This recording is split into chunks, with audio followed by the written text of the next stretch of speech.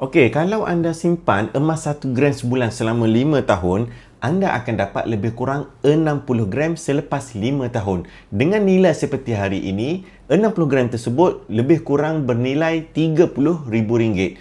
Purata kenaikan harga emas sejak 5 tahun kebelakangan ini ialah 96%. Jadi, kalau anda ada 60 gram tersebut, nilainya 5 tahun lagi kalau mengikut sejarah, akan naik sebanyak 96%.